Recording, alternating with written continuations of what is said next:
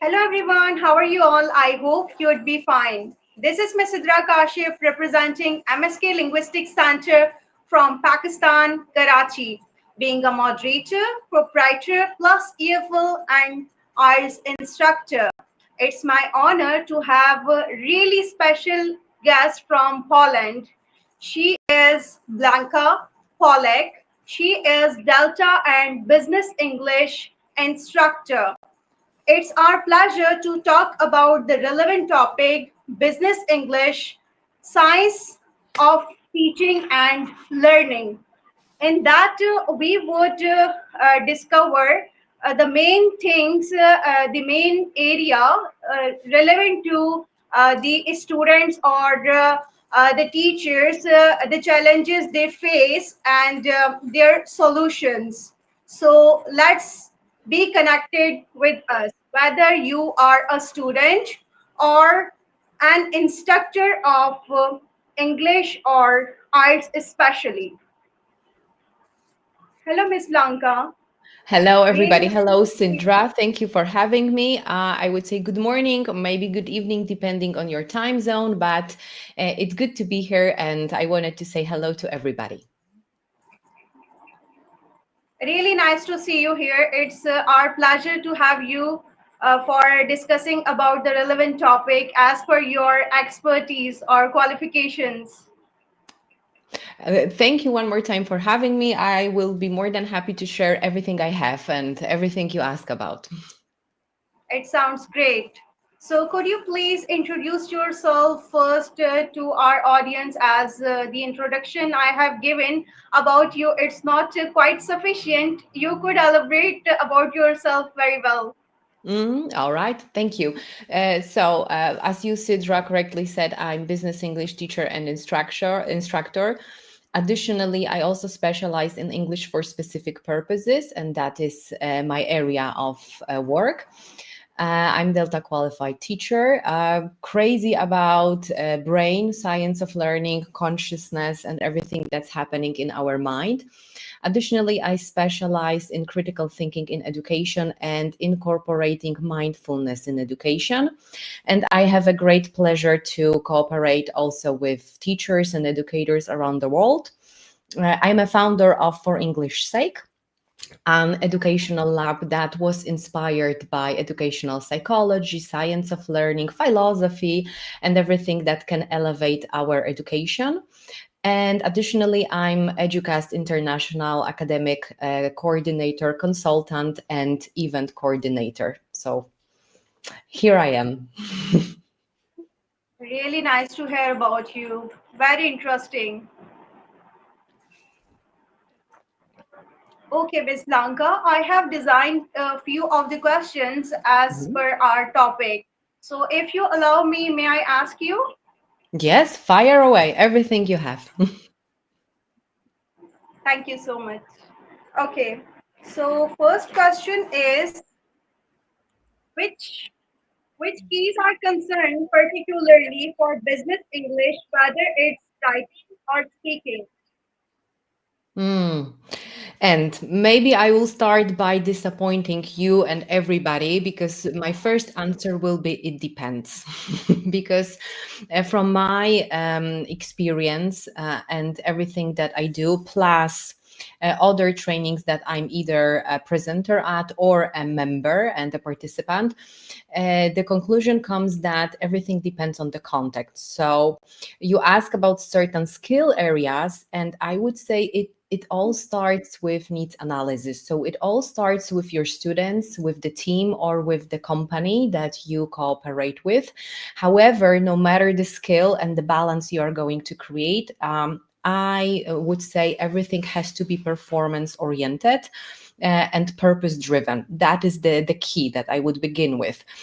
Because we do know that in business English environment and in general in business, what people value, they value clear, professional and actionable communication. So they need to communicate with sense of purpose and have their own language identity. So no matter if you as a teacher, trainer and a teacher or consultant with the team decide to focus more on speaking because that is the need of your students, or you focus more on writing, it doesn't matter. Still, you have to start with a purpose-driven curriculum. So everything that you design and everything that you work around should reflect current students' needs. So that would be my first thing. So we start with functional language. So by needs analysis, you can really help your students and the whole team and organization to decide what is the ratio, to what extent they must practice describing maybe trends, certain graphs. What is the ratio of writing reports? Are these technical reports only? How about participating in meetings? Because sometimes students of business English are not so purpose driven in terms of meetings, because this is not the way they use English on daily basis. Very often along the journey, it can change, but once you begin with proper needs analysis, you will know what the balance you should prepare for them. Yeah, initially I think so, to give them environment, because most of the students, when they learn English as a second or third language, then they belong to or hail to various backgrounds. So it is very difficult to them. They are hesitated. They are not confident of speaking.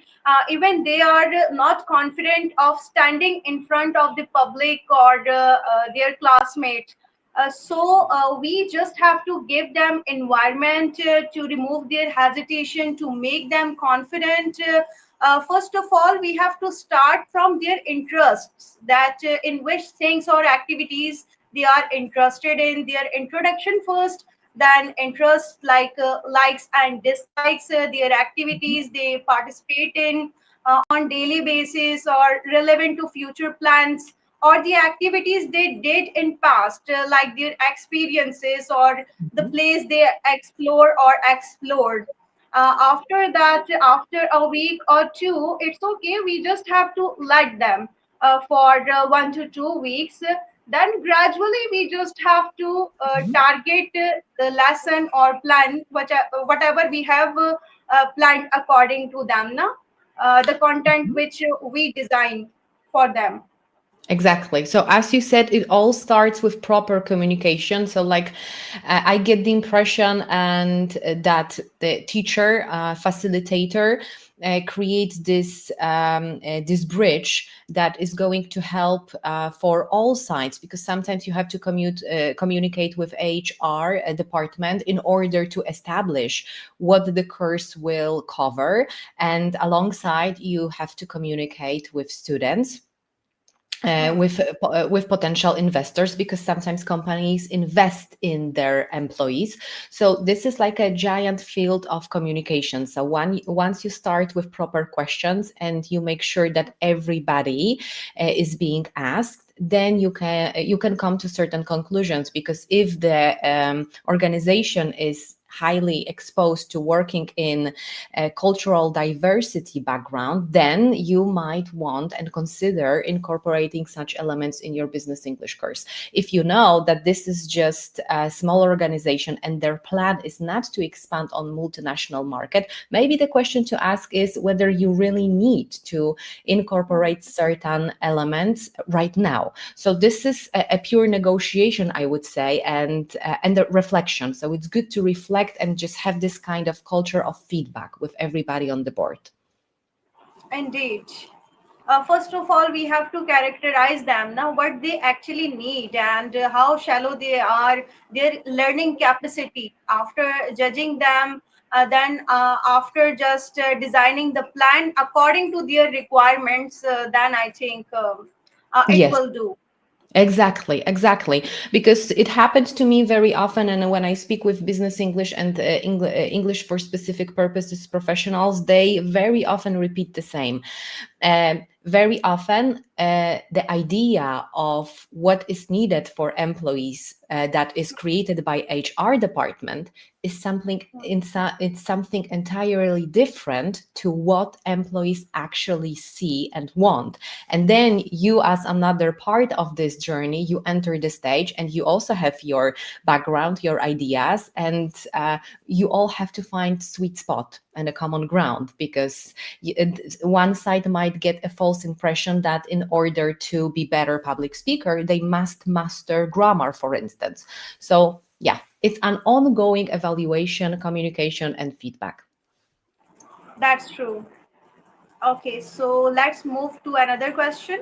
Mhm. How is technology measured to leverage business English guide?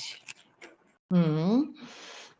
This is a nice question, and I think it's technology in general. It's helping us more and more, but it also depends on the situation. We have to be very careful. I wouldn't say that technology and newest apps and everything is a must-have in curriculum design. Again, it's about finding a proper balance.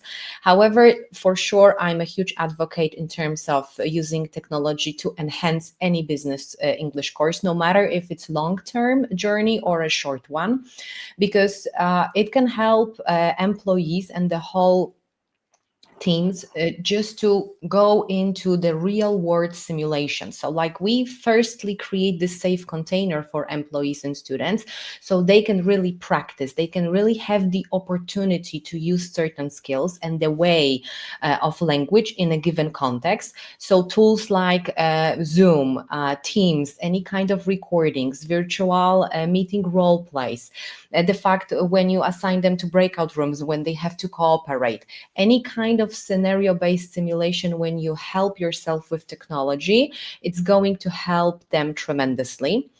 Mm, Additionally, technology can be used to provide certain feedback, of course, depending on the agreement and the vision of the course you all create. This feedback can be related to speaking. It can be a poll feedback. Everything is an ongoing process. However, the huge fact that you can simply record the session if you run online sessions, it's a giant opportunity for feedback and reflection. I would say I simply cannot imagine working in online environment and not using this option of recording. I know that lots of employees and teams are at the very beginning pretty shy, and they feel a sense of discomfort when they are noticed that everything will be recorded by step. After all, they see a huge value in it. So this is something that I would say, even though you have face-to-face sessions, from time to time, recording your session with students is amazing. Additionally, some tools like WhatsApp, for instance, or Zoom recording opportunities, when they can send you a short voice message instead of writing. So they can focus on pronunciation, they can focus on other elements of language than writing. So we have like a huge field of using the technology. Additionally, you can incorporate authentic materials. So like you can create some working boards, not only on Zoom, but on other not devices, but software.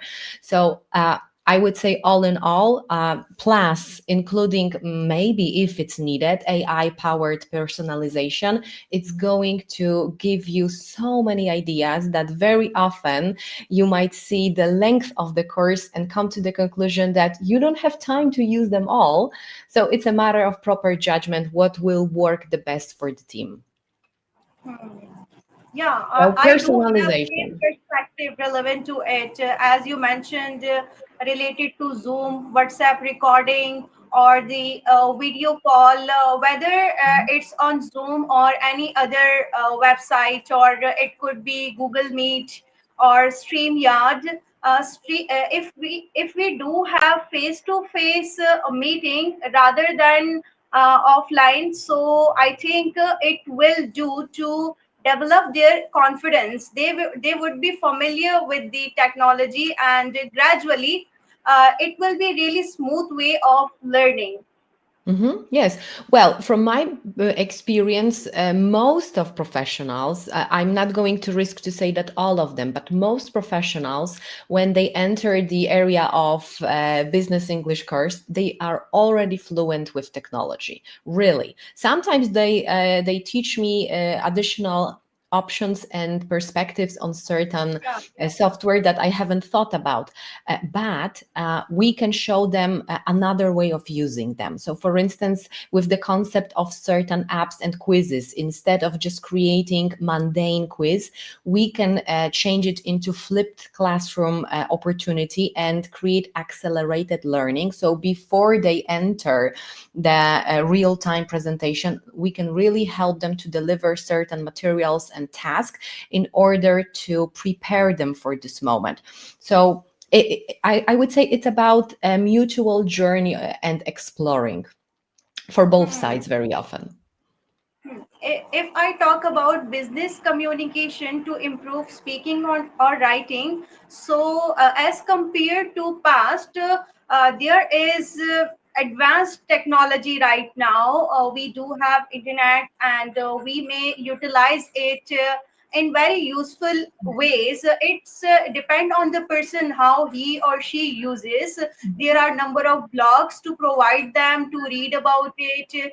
Gradually they just have to read it. They have to make themselves understand relevant to any news, or they can watch BBC, CNN, or other podcasts, like there is state TED podcast, where different educators or motivational speakers, they do have a conversation or speech relevant to any motivational topic, and they have multiple of the accents, and Mhm, their pronunciation is much more better.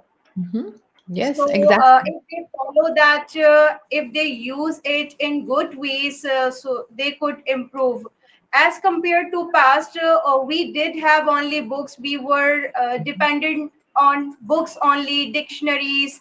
But Yes. now we do have advanced technology. We have to use it in fruitful ways to get Mhm. advantages of it. Yeah. That will really work, I think so. Yes, as you mentioned, but what you said, in a fruitful way, meaning that just to find a sweet spot, because we are already overloaded by technology, the amount of information, there is abundance of choices in terms of materials. Really, like if you spend some time and dig out, you can fish out so much of information and so many examples of materials that it can be overwhelming. So we have to be very careful to not overload Yeah. also ourselves as teachers and trainers, but also our students. So that's why I always get back to proper needs analysis. What is the ratio of certain apps, additional elements of technology that you would like to use? And I would also encourage trainers at the same time with students just to create this kind of digital minimalism. This is the kind of idea that I remember last year during our Educast international conference, Dylan Gates mentioned, based on Col Newport's deep work and minimalism. So just to not choose so many apps, quizzes, software solutions, platforms, because we can really get lost. So I would vote for a model of recycling. So choosing a few options that are going to help many teams that I cooperate with. So students get into this habit, and we help them to create this habit loop to be very consistent, because it's very easy to get lost and get just about one particular new app, and then after a month not creating they end up not creating any particular habit, learning habit. So there is always a risk with abundance of choices, I would say. I agree with that. Right. Okay, so we just have to move to another question. It's what sort of assessments are productive and most useful in business English communication? Mhm. Again, I would start with it depends on your needs analysis and what your team actually needs.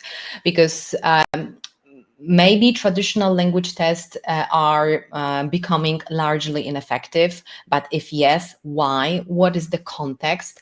Um, Again, I would start with any performance-based assessment. So any presentation related to your team's context, whether it's just a presentation in terms of selling, presentation using charts or KPIs, is it negotiation, pitch delivery, for instance, in IT environment, any scenario-based and decision-making task when students can really use the knowledge. So it also covers the area of Bloom's taxonomy, so higher order thinking skills.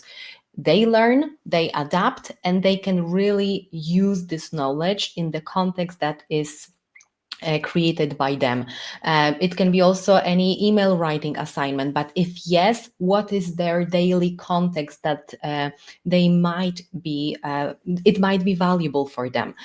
Additionally, I think that any portfolio assessment, so any meeting, recorded speeches, as I mentioned, all in all, we wrap it up in their natural environment. So having our session finished, we end up with the question, okay, now next day, how I can really use this skill or knowledge in my business English environment. Without this question, we are just giving them tons of materials and that's it.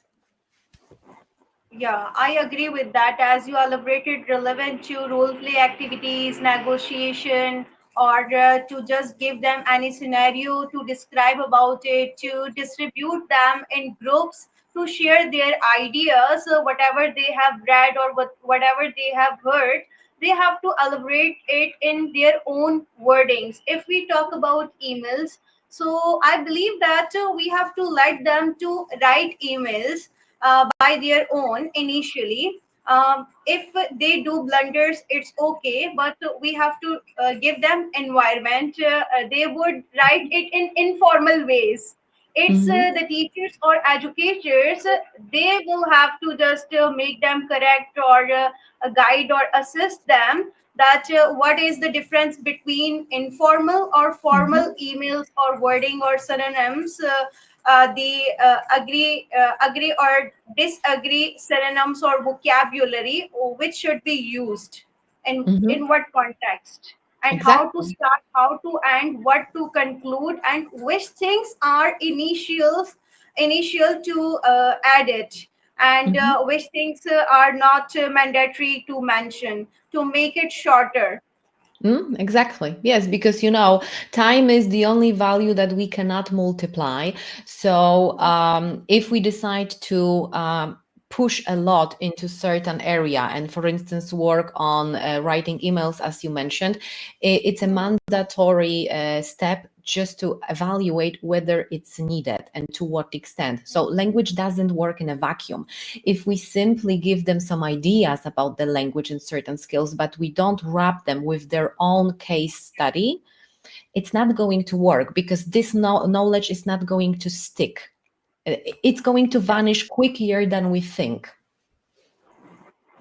Yeah, I strongly believe that Mhm.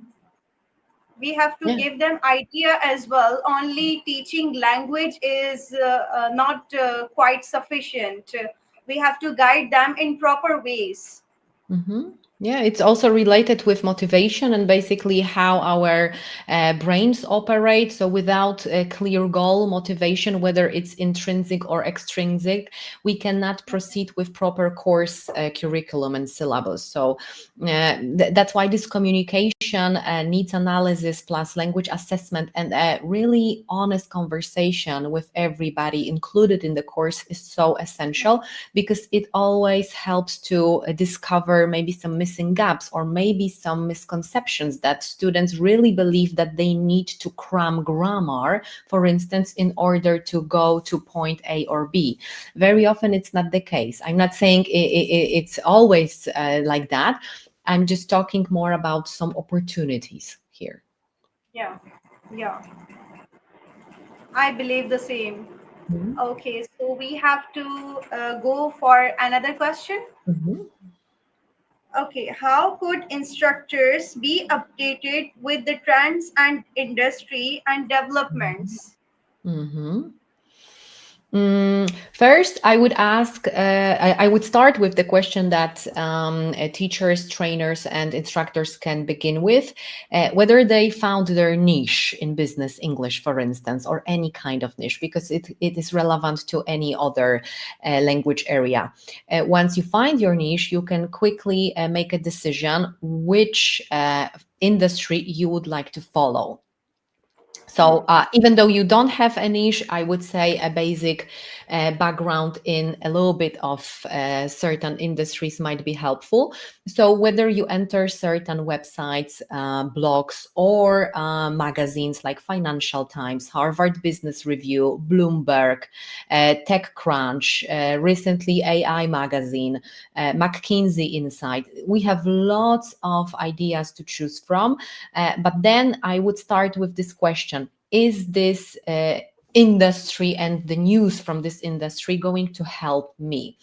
You can always ask, and this is what I highly recommend: ask your students what blogs, what articles, and maybe books they passionately read in order to continue their development. So that would be Hmm. the first thing. Additionally, just to stay up to date and get inspired, because each one teaches one and sharing is caring, I would invite everybody to engage in professional communities. Yeah. They can be LinkedIn Business English groups, any teacher development Facebook groups, any online workshops, webinars, just to be very active. However, first asking this question: how I might benefit from this particular course, webinar, or maybe discussion. Because again, it's very easy to get lost in this abundance of choices and information. So be very thorough and honest in deciding about what workshops I really need to excel at business English as an instructor and really bring value to for my students. Hmm. Additionally, professionals can use AI for certain analysis. For instance, Perplexity to ask about certain recent news about ABC in this industry.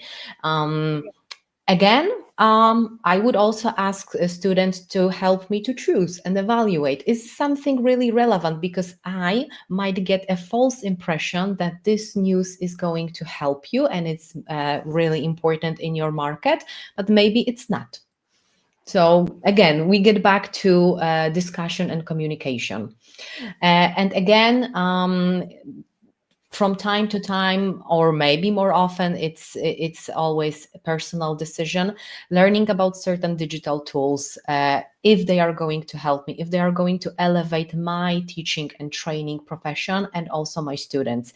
Other LMS platforms, maybe I would like to use some AI writing assistants. If yes, okay, I can stay up to date and maybe ask a fellow teacher. This is something which I think very often is forgotten. Ask other professionals what works for them and just get Yeah. inspired. Yeah, I agree with that point that sharing is caring. Another thing is there are multiple of webinars or workshops. Either it's online or physical. We don't have to miss any opportunity Mhm. to groom ourselves more, to be familiar with the technology or Mhm. resources, and we don't have to depend on only restricted books that. A Mhm. few books we do have and we just research on it now. According to new era, we have to grow. Exactly, exactly. So, in terms of CPD and in general, the fact of many conferences, courses, and webinars available on the internet, just to check, before we enter, how I can really reuse, recycle, and connect everything that I'm going to learn with something that I either already know or maybe I think I know. Because it's very easy just to get into this trap of I need to be constantly present on certain conferences in order to develop. This is a kind of false conception. So I would just be careful with that. I did it myself. So I've been there, done that. And I tried to be present at so many conferences. And then at the end of a year, I experienced burnout because it turned out that not all of them were uplifting for my profession. It doesn't mean they weren't intriguing, valuable, but it simply meant that I had no container, no environment to use this knowledge and skill at, simply as it is.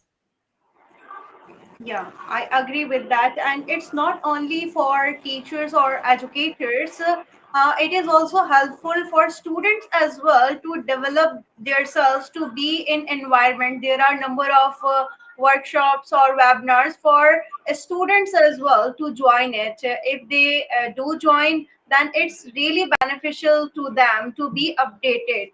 Mhm. Yes, exactly. This is also a help that we as business English trainers can provide. So give them some opportunities and propose them some webinars or ask them about certain conferences that they would like to attend. And for instance, if the conference is being held in their mother tongue, maybe ask them to prepare business English summary or review. So again, like we combine and we recycle everything that matters to them. Yeah, it is. Okay, so let's move towards another question. Mhm. Why do some students forget quickly even after a well planned lesson? Mm. That is a powerful question, and there is no one size that fits all, and the answer cannot be simple because our brain, our memory is a very complicated field. So I will try to oversimplify it a bit by stating that first things first, let's all face the truth and see that forgetting is normal. There's nothing wrong with the fact that we forget. It's the part of how our brain prioritizes information. So like I if we guess don't it's relevant to emotions or the feelings we do have sometimes. We are burdenized, as you mentioned. It's related to it, relevant to emotions. Might be, but not necessarily. Think about it that way. Sometimes you don't get enough time for proper sleep. So you wake up in the morning and basically your whole day you are operating on energy. Deprivation. So this is normal that you are not going to attain and code certain information in the way like you wake up fully energized. That's one thing. Additionally, we very often forget about certain environment where we actually learn. So if this environment is stressful, i.e. the tasks are too difficult, the cortisol level is going to increase and we are going to shut down. But cortisol is not bad. We need a proper level of cortisol. So to create this kind of salience and balance, because cortisol is needed for our alertness. And without alertness, we cannot learn. So there are multiple factors that play a giant role in the fact that very often students forget. So I would state another message here that it's not always the fact that students don't like the subject, the course, or the session, or maybe they are absolutely disrespectful. They don't like the teacher. Sometimes they are cognitively overloaded, or sometimes the way that the lesson is presented and delivered is not the way that is helping students. So to fight forgetting, we can, for instance, use spaced repetition. So this idea of reviewing after increased intervals, retrieval practice, and basically create and design this model that is going to help students to actually retrieve this information. So very often, and most likely, I would say, it's not about doing more. So more examples and more maybe grammar explanation, but very often it's about doing smarter.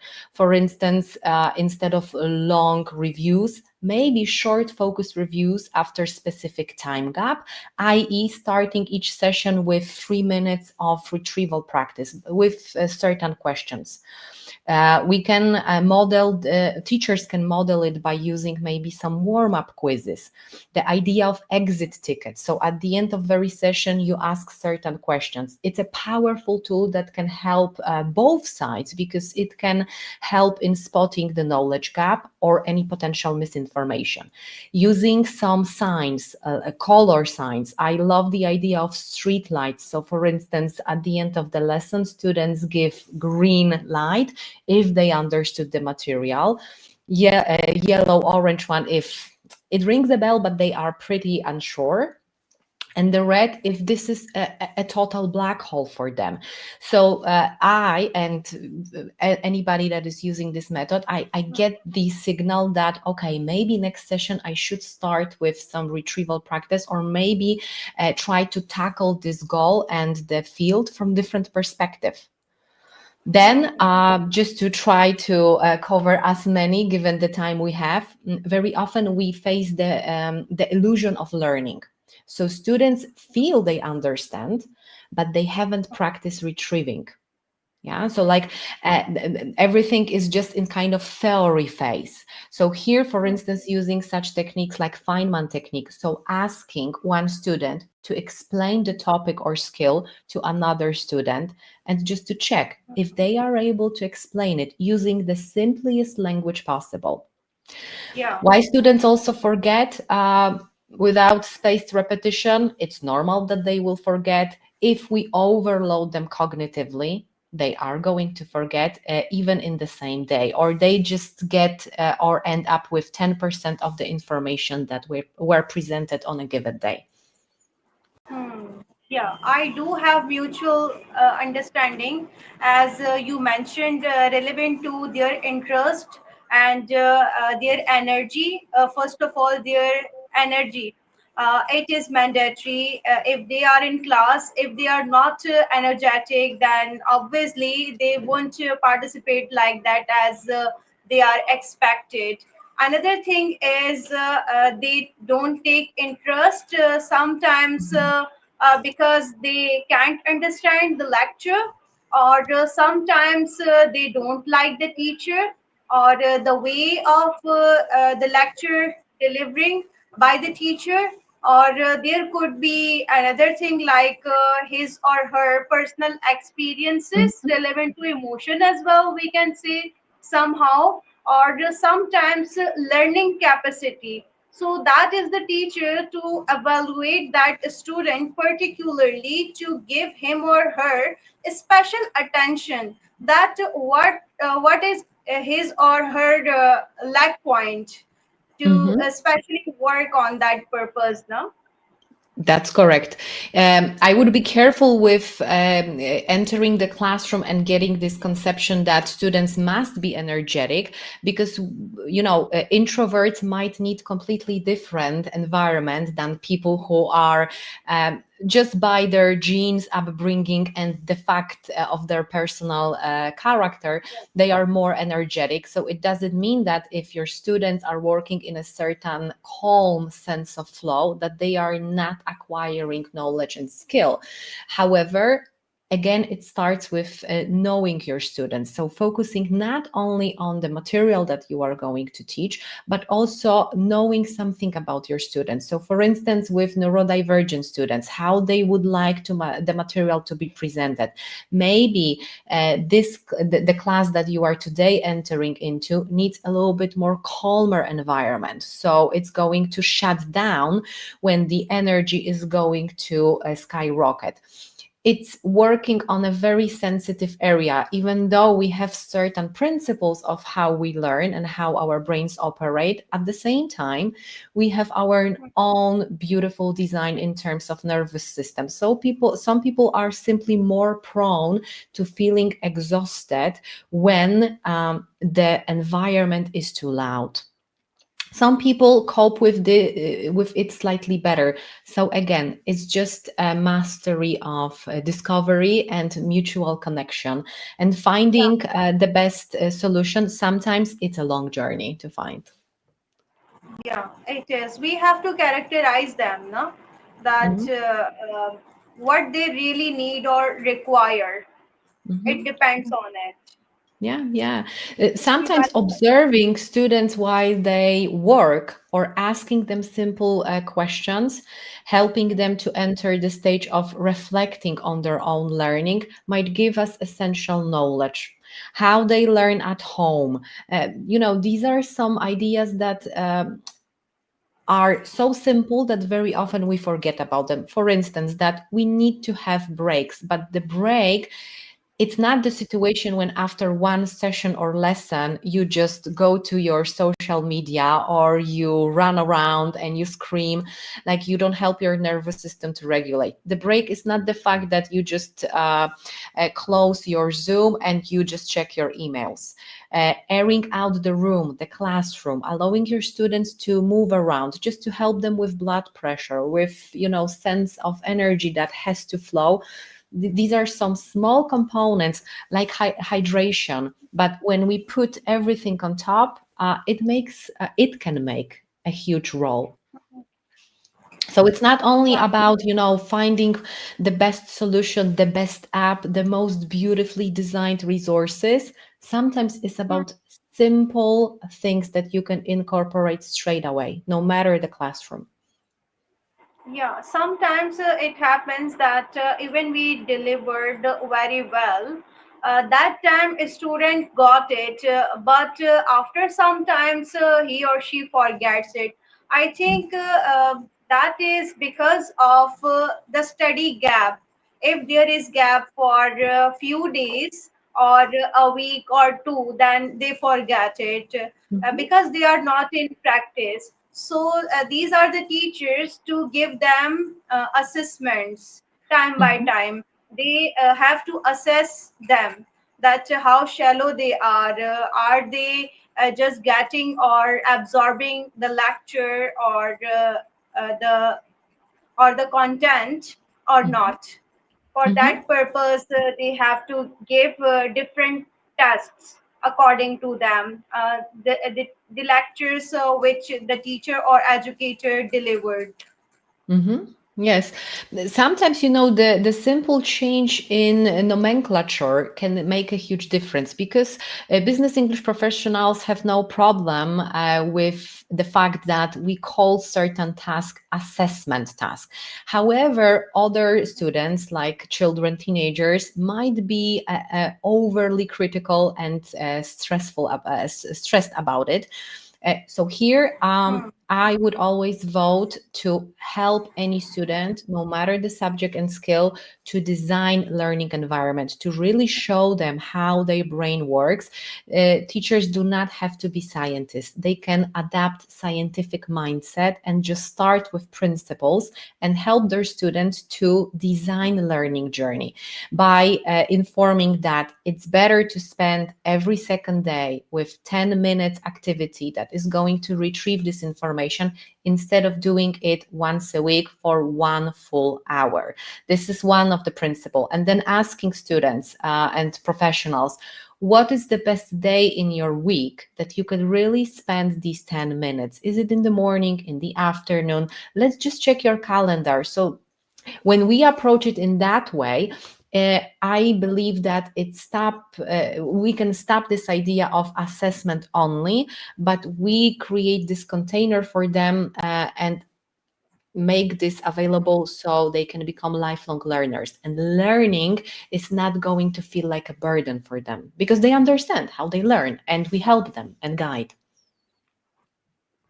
Hmm. Indeed. Okay. So let's move towards another question. Mhm. What small evidence based changes can teachers make tomorrow align their teaching with how their brain really learns? I think Mm. it's relevant to the previous things, whatever we have elaborated. A bit, yeah. However, we can add a few things to that.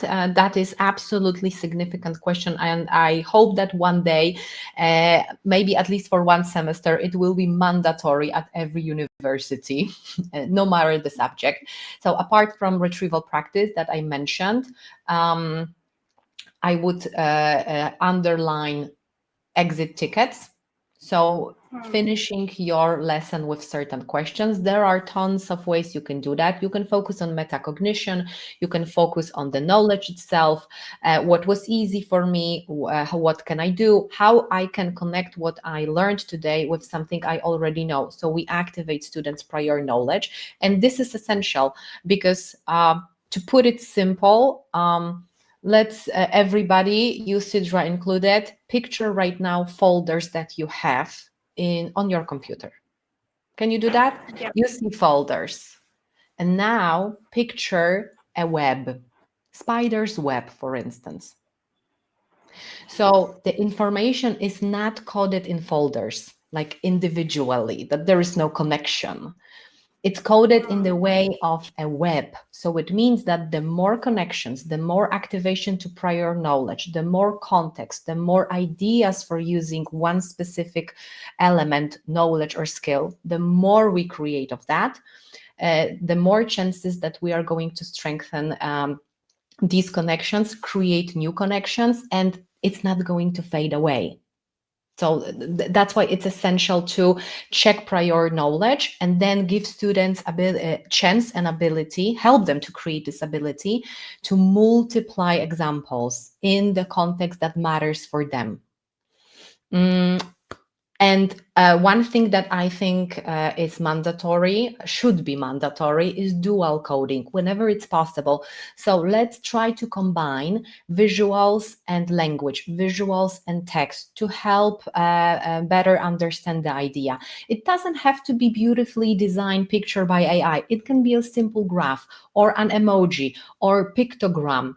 Depending on the context and the subject, you will find the best spot for your dual coding. Mm, and last, we have more, but the last I think might be easy to use for everybody is building reflection habit. So pausing to think, allowing your students to discuss, connect the knowledge, maybe create reflection journal, or from time to time ask them why you think it's important. What do you think about this skill? What do you think about this information? Can you write down what you remember from last lesson and tell me how it matters? So a little bit of critical thinking. We don't need to create entire philosophical lesson. Critical thinking can be just, a small thing that you sprinkle the whole session with. Yeah. So I would say it's already a lot, and it's going to help students and also teachers, because I think there's nothing better when the teacher observes students thrive. They thrive and they really develop. They have this sense of belonging to the learning environment. They really know why they are here and they are satisfied. And it creates a great connection between all sides.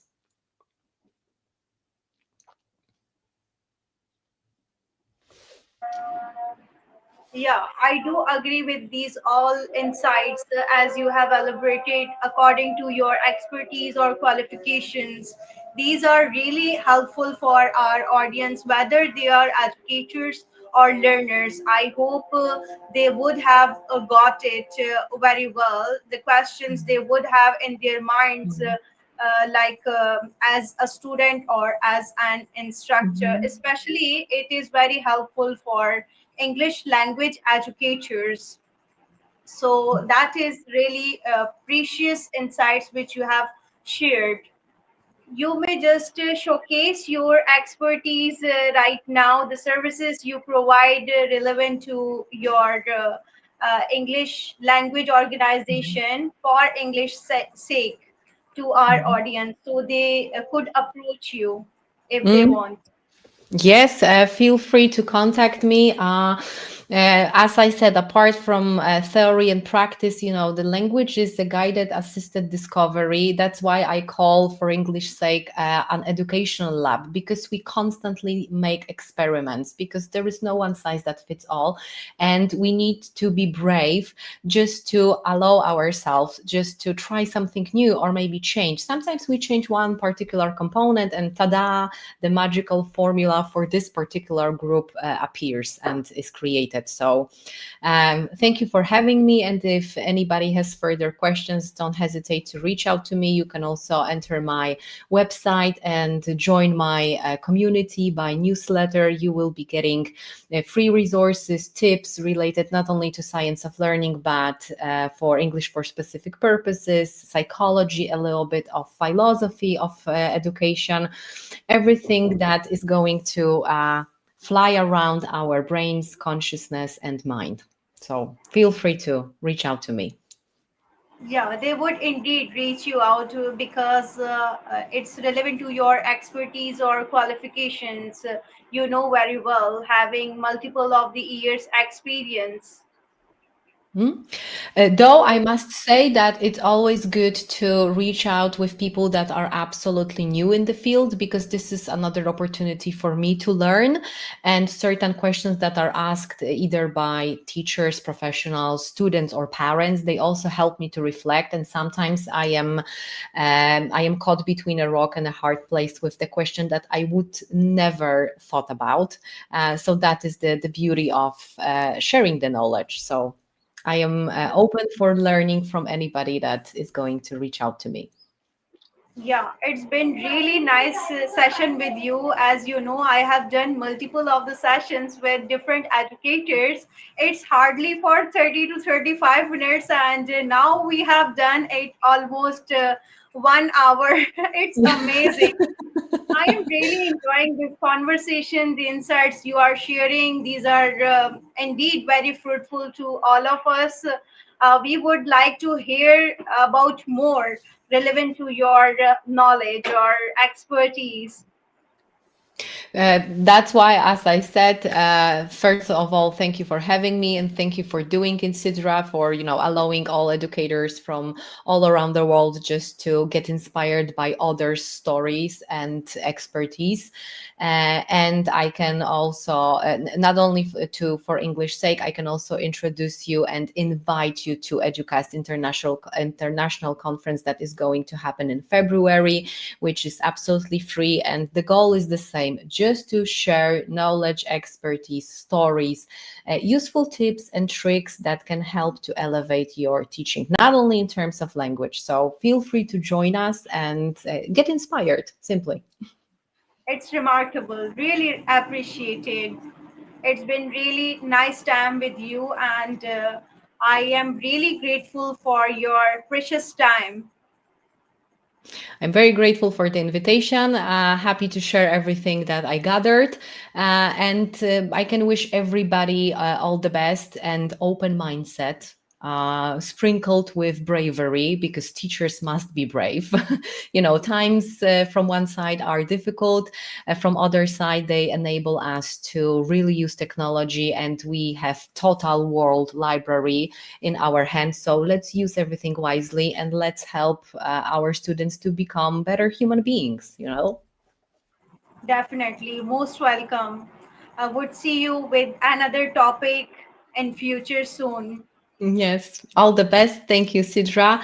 Good luck with everything you do, and all the best for everybody. Likewise. Okay, take care. Take care. Bye. Thank you.